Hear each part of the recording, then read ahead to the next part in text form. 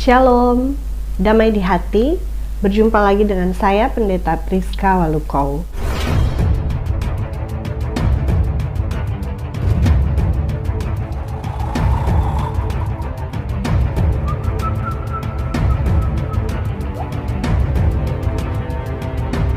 Kita akan merenungkan firman Tuhan yang terambil dalam kitab Amsal pasal 2 ayat 1-22. Namun sebelum membaca dan merenungkan firman, marilah kita berdoa. Ya Allah, ya Tuhan kami yang kami imani di dalam Yesus Kristus, kami bersyukur untuk kesempatan indah yang Kau beri. Kami akan membaca dan merenungkan firman-Mu.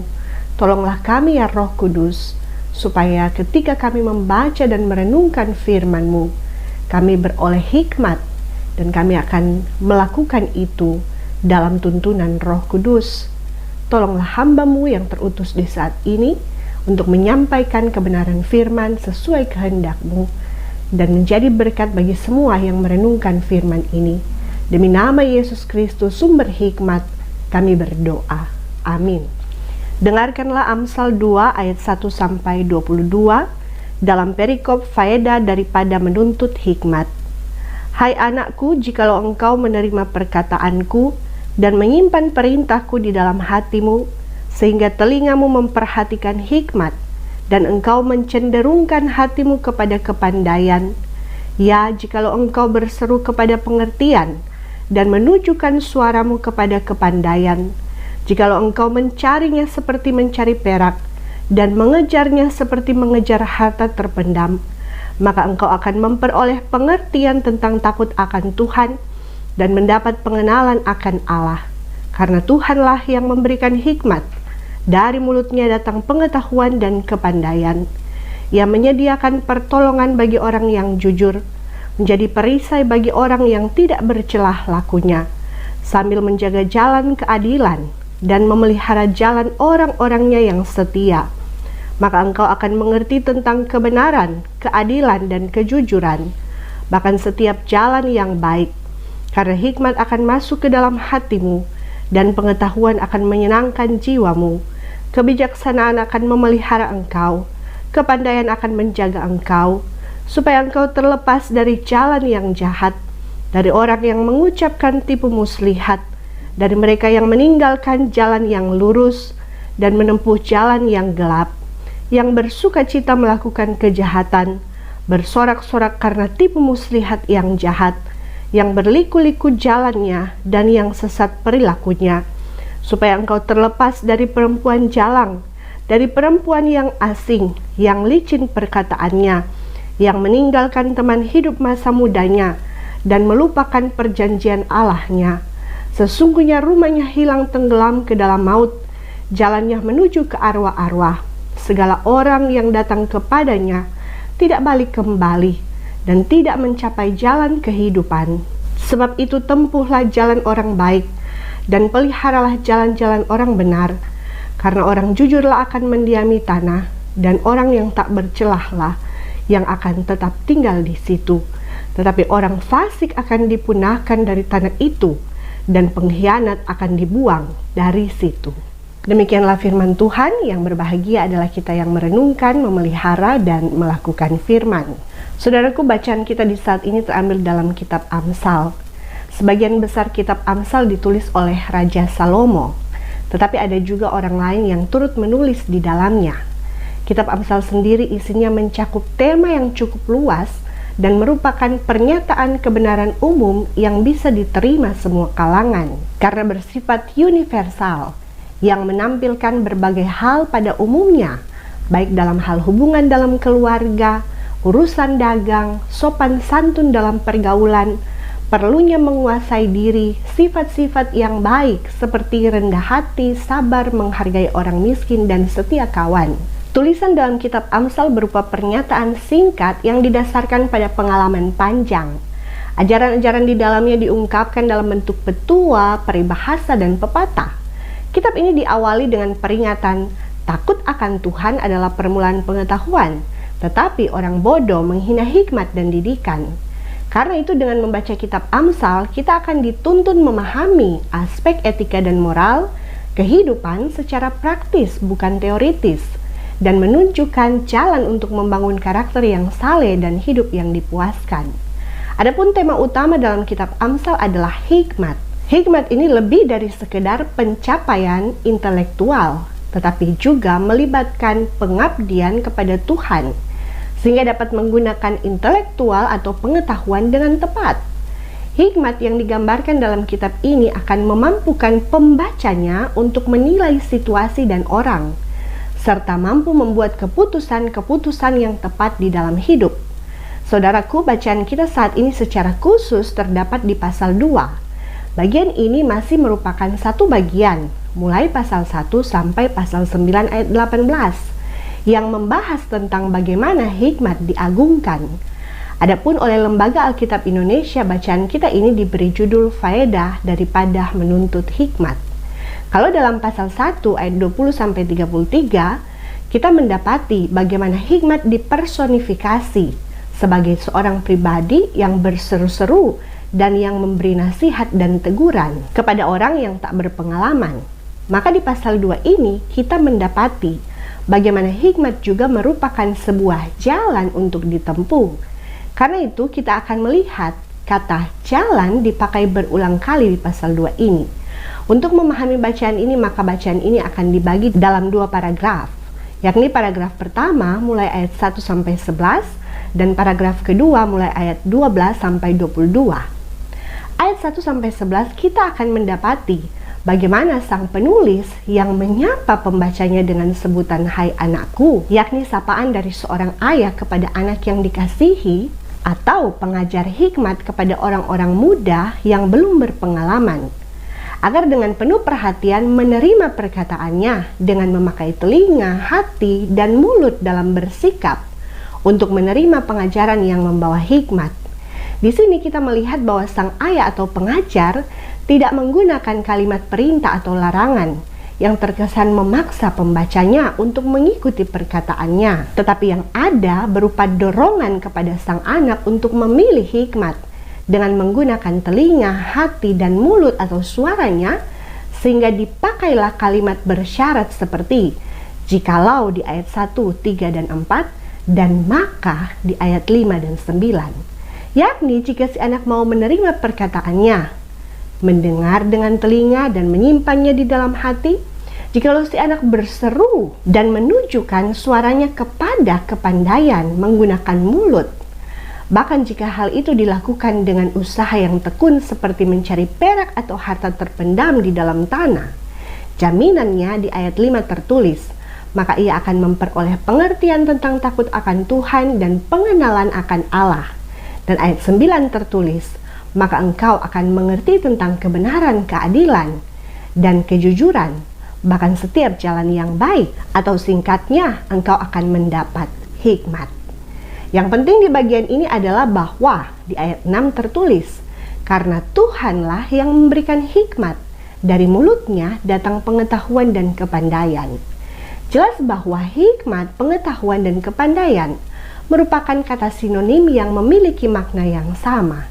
Ini berarti bahwa memperoleh hikmat, pengetahuan, dan kepandaian adalah sebuah karunia atau pemberian dari Tuhan bagi mereka yang mencari dengan penuh ketekunan, yakni mau mendengar nasihat, menyimpannya dalam hati, berseru untuk memperoleh hikmat. Orang-orang demikianlah yang akan dikuasai hikmat, karena di ayat 10 dan 11 tertulis bahwa hikmat akan masuk ke dalam hatimu dan pengetahuan akan menyenangkan jiwamu. Kebijaksanaan akan memelihara engkau, kepandaian akan menjaga engkau. Betapa indahnya hidup seperti itu.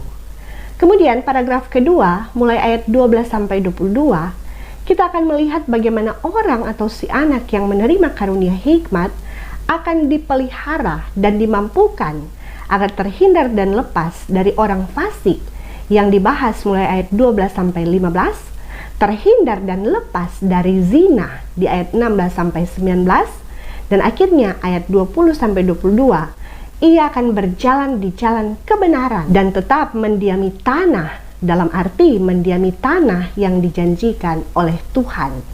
Saudaraku, dari bacaan ini, sebagai warga Gemim, kita dituntun dengan tema hikmat menuntun orang ke jalan yang benar. Karena itu ada beberapa hal yang bisa kita renungkan sehubungan dengan bacaan kita di saat ini. Yang pertama, hidup takut akan Tuhan menuntun kepada hikmat. Saudaraku, untuk bisa mendapat hikmat yang menuntun kita ke jalan yang benar, maka yang terutama harus dilakukan adalah kunci hikmat itu sendiri, yakni hidup takut akan Tuhan. Karena itu, belajar dari bacaan kita di saat ini, hidup takut akan Tuhan nampak dari kesediaan kita untuk mencari Tuhan dengan segenap hati. Yang tidak lain adalah ketika kita hidup mengasihi Tuhan dengan segenap hati, jiwa, dan akal budi kita. Inilah yang menjadi dorongan pengamsal di ayat 1-4, yakni karena kita mengasihi Tuhan sehingga kita selalu mau mendengar dan menaati nasihat dan perintah Tuhan. Baik yang kita dapati saat kita membaca firman Tuhan dalam Alkitab, maupun saat kita merenungkan firman itu.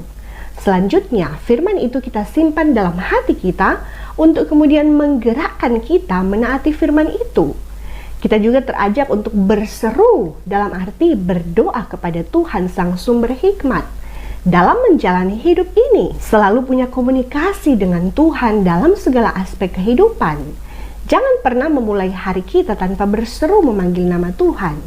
Dalam doa, mendengar suara Tuhan dalam firman, dan menaati firman Tuhan dengan segenap hati. Dan ibarat mencari harta terpendam, butuh ketekunan dan kerja keras. Maka hal mencari hikmat ini harus dilakukan secara terus-menerus, bukan secara musiman.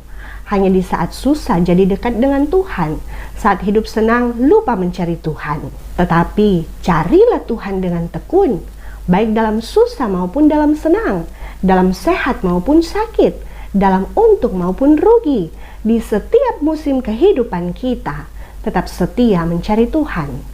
Hanya dengan demikianlah kita menjadi orang yang beroleh karunia dari Tuhan. Itulah hikmat, dan hikmat itu akan menuntun kita berjalan di jalan yang benar sepanjang hari, bahkan sepanjang hidup kita. Saudara, dalam sebuah khotbahnya, Charles Spurgeon, seorang pengkhotbah besar, menyatakan betapa pentingnya kita mencari Tuhan. Sehingga ia berkata begini, saudara, jika kita tidak mencari Tuhan, maka iblislah yang akan mencari kita. Maka ingatlah saudara, jika kita tekun mencari Tuhan, kita akan dibimbing oleh Tuhan ke jalan kebenaran. Tetapi berhati-hatilah saudara, jika kita tidak tekun mencari Tuhan setiap hari, jangan-jangan iblis sudah menemukan kita dan siap menuntun kita kepada kebinasaan. Yang kedua, keuntungan mendapat hikmat. Saudaraku, dari bacaan ini kita mendapat pegangan bahwa jika kita hidup takut akan Tuhan, kita akan mendapat karunia, yakni hikmat. Dan jika kita mendapat hikmat, maka kita akan beroleh banyak keuntungan. Adapun keuntungannya adalah dengan hikmat kita akan dituntun berjalan di jalan yang benar, terlepas dari jerat orang fasik, termasuk jerat zina yang digambarkan dengan perempuan jalang dalam bacaan kita. Tetapi ini tentu untuk kaum laki-laki, karena pengamsal yakni Raja Salomo adalah seorang laki-laki yang kita tahu di akhir hidupnya terjerat dengan penyembahan berhala karena cintanya kepada banyak perempuan asing yang kemudian mencondongkan hatinya kepada berhala. Tetapi juga bagian ini bisa dikatakan agar terlepas dari jerat lelaki hidung belang kalau untuk kaum perempuan. Ini artinya kita akan selalu tahu mana yang baik untuk dilakukan, yang adalah kehendak Tuhan, dan mana yang jahat untuk dihindari, yang bukan kehendak Tuhan. Itulah hikmat. Kita bukan saja menjadi orang yang intelek dan pandai, tetapi terlebih bijaksana. Karena orang yang intelek dan pandai belum tentu berhikmat atau bijaksana. Tetapi orang yang berhikmat dan bijak pasti intelek dan pandai. Karena ada banyak kita lihat orang-orang besar, para kaum intelek, punya latar belakang pendidikan tinggi, para pejabat, para pemimpin, tapi kedapatan melakukan pelanggaran, terjebak dalam kejahatan seperti korupsi, bahkan menjadi otak kerusuhan. Bahkan pengalaman pengamsal sendiri, raja yang paling berhikmat sekelas Salomo sekalipun, tetapi akhirnya takluk pada kuasa perempuan-perempuan asing. Bukankah ini bukti bahwa orang cerdas secara intelektual ternyata hidupnya tidak berhikmat. Inilah akibat dari kecerdasan intelektual tanpa kecerdasan moral, terlebih kecerdasan spiritual. Akibatnya lupa diri dan lupa Tuhan, karena terlena dengan kenikmatan hidup duniawi. Saudaraku, mari kita mencari hikmat lebih dari apapun yang indah dan nikmat di dalam dunia ini. Karena dalam Amsal 3 ayat 13-17 tertulis bahwa di dalam hikmat ada banyak berkat yang bisa kita terima, dan kita dikatakan sebagai yang berbahagia. Begini bunyinya: berbahagialah orang yang mendapat hikmat, orang yang memperoleh keuntungan, orang yang memperoleh kepandaian, karena keuntungannya melebihi keuntungan perak dan hasilnya melebihi emas, yang lebih berharga daripada permata. Apapun yang kau inginkan tidak dapat menyamainya. Umur panjang ada di tangan kanannya, di tangan kirinya kekayaan dan kehormatan. Jalannya adalah jalan penuh bahagia, segala jalannya sejahtera semata-mata. Yang ketiga, orang berhikmat nampak dari hidup yang menjadi berkat. Saudaraku, bacaan ini juga mengingatkan kita bahwa orang yang hidupnya berhikmat bukan hanya merasa cukup ketika telah mengalami berkat secara pribadi, tetapi orang berhikmat akan selalu terdorong oleh Roh Kudus untuk menjadi berkat dimanapun ia pergi dan berada. Demikianlah seharusnya orang percaya hidup. Kehadirannya bukan menjadi pembawa masalah, tetapi pembawa damai. Tidak mementingkan diri sendiri atau egois, tetapi selalu mengutamakan kepentingan bersama. Tidak hanya mau menerima, tetapi juga tahu memberi. Tidak akan membunuh karakter sesama, tetapi justru memanusiakan manusia. Dengan demikian, kita menyenangkan Tuhan dan memuliakan Tuhan dalam hidup kita. Itulah cara hidup orang berhikmat. Tuhan Yesus memberkati. Terimalah berkat Tuhan. Tuhan akan menjaga keluar masukmu dari sekarang dan sampai selama-lamanya. Amin. Sampai jumpa, saudara.